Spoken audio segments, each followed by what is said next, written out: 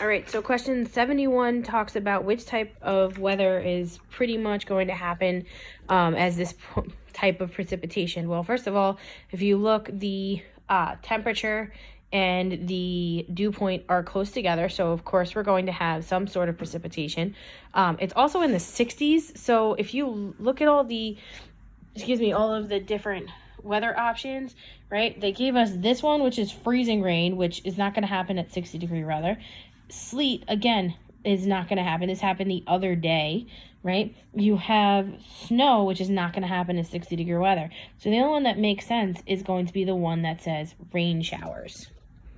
Okay, then 72.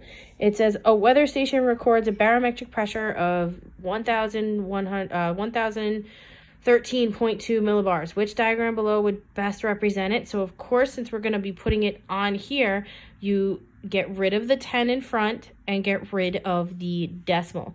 So it's going to be 132 in the top right hand corner. Before Mr. G takes over with the mineral part of it, something to point out, guys, these locations do not change. So when you're looking here, these locations of each individual thing will not change. Some of you guys on your weather station lab would turn them depending on what the where the wind was. That's not going to happen. Okay, so where these are located do not change. The temperature is always going to be in the top left hand corner. The barometric pressure is always going to be in the top right hand corner. Ready? Okay. All right, guys, so there are a couple questions here that do not reference you. This was based on last year where we were a little bit ahead of where we were. Obviously, we didn't have coronavirus to worry about. Okay? So if we're looking at this question, sorry, I'm just scrolling through it. 3.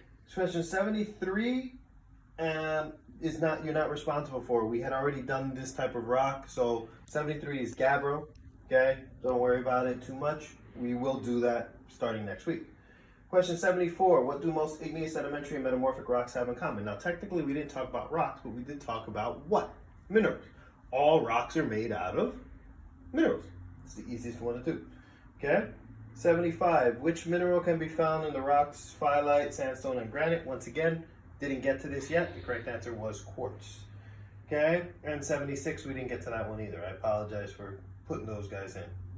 Question 77, which characteristic of rock B could be caused by the minerals pyroxene and olivine? Okay, so to do this one, you have to look at the last page of the reference table, which Miss G is showing you right now. Okay, and if you look, both pyroxene and olivine have a greenish color. And there's olivine, right, and pyroxene. Where am I missing pyroxene? Oh, there you are.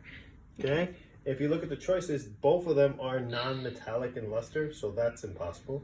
You guys have no idea what felsic composition is or folded layers. So the only one that would make sense is the green coloring. Okay, question 78. Okay, which mineral bubbles when acid is placed on it? We showed you this in the video yesterday. Okay, calcite. When you put little drops of acid on it, it makes bubbles. Calcite and dolomite.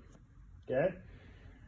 Question 79. Which sequence correctly matches each test with the mineral properties tested? Okay, so this is what we were talking about first. Okay, test A tells you that you hit it on the side with some sort of a wedge, so some sort of device, and it splits. So what do we call it when you're looking to see what something splits? That would be cleavage. Okay, test B, you take it and put it on a porcelain plate and rub it across it, and it leaves a powder behind. That would be what we call streak. And the last one, you're scratching a piece of glass, that would be hardness.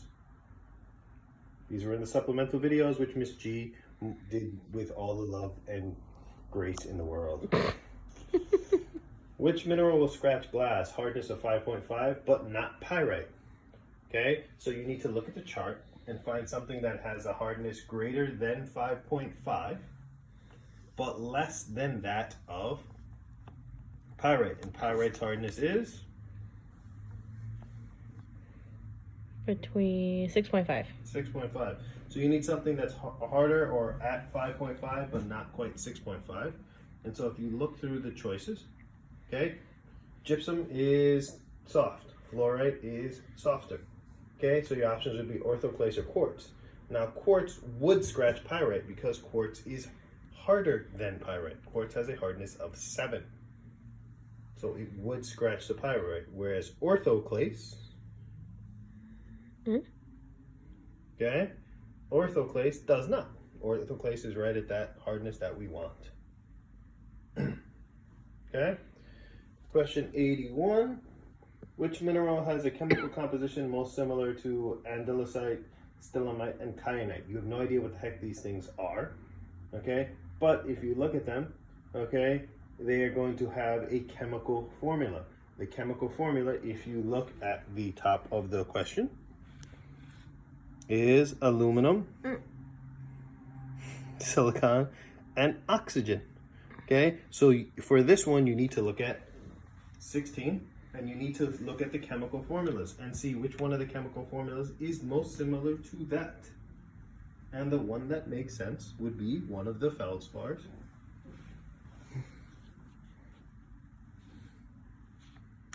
Right there. Okay, the potassium feldspar. See how it has the silicon and the oxygen? And the aluminum. And the aluminum. 82, how are the minerals biotite mica and muscovite mica different? Okay, so what do you got to do? You got to look at page 16. Do you see the pattern with the mineral questions, ladies and gentlemen? Okay, if you look up biotite mica and you look up muscovite mica, they're both micas. They're both going to have the exact same type of cleavage. Okay, their hardness is going to be roughly the same, but the difference is going to be in the chemical formulas, the composition. Okay, biotite mica is one of those dark silicates that we talked about in the video yesterday.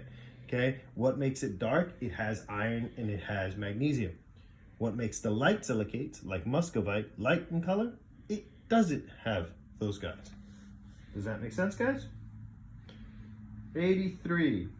The diagram below shows the crystal shapes of two new minerals. Okay, you got quartz and you've got halite.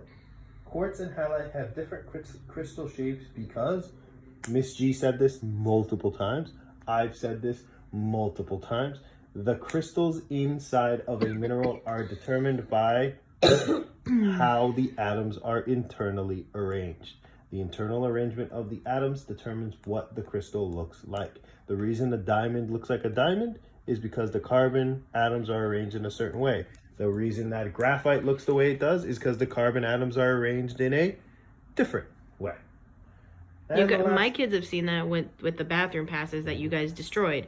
The bathroom pass that you destroyed, the one that was really complex, was diamond, right? It had the carbons were just arranged really tightly together and more complicated, whereas the carbon atoms that were in graphite were further apart.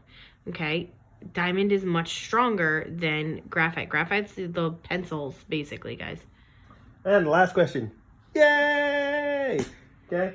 The diagram below illustrates a specific property of certain minerals. Now, it doesn't make a difference what the properties are, and we will talk about what they are in a second, just as a quick review. But all of the properties that we did over the last few days in the videos are all determined by what, Mrs. G? The internal arrangement of atoms. Okay. Now, in this case, what's the property that we're looking at? You're breaking it. What do we call it when you break a mineral? Cleavage. Cleavage. Thank you, Mrs. G. Very good. You get a cookie. Yay. Okay? I'd rather have coffee. Okay, whatever. So, cleavage is caused by the internal arrangement. So is hardness. So is luster. So is everything. Okay?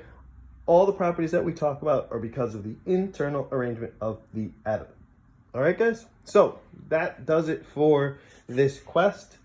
Make sure that you go over this. We're actually going to post this video a little bit earlier. Usually we post the videos the day of, but since tomorrow we're doing office hours, we'll post this video relatively soon. It's about 4 o'clock. Probably before 8 o'clock tonight. Yeah, it's 4 o'clock on Tuesday. I think today's Tuesday. Today's Tuesday. We'll post it today. It's relatively soon. We'll post these so you guys can watch them. If you have any questions, please feel free to email us. And just study, and we will see you guys during office hours tomorrow. And bye.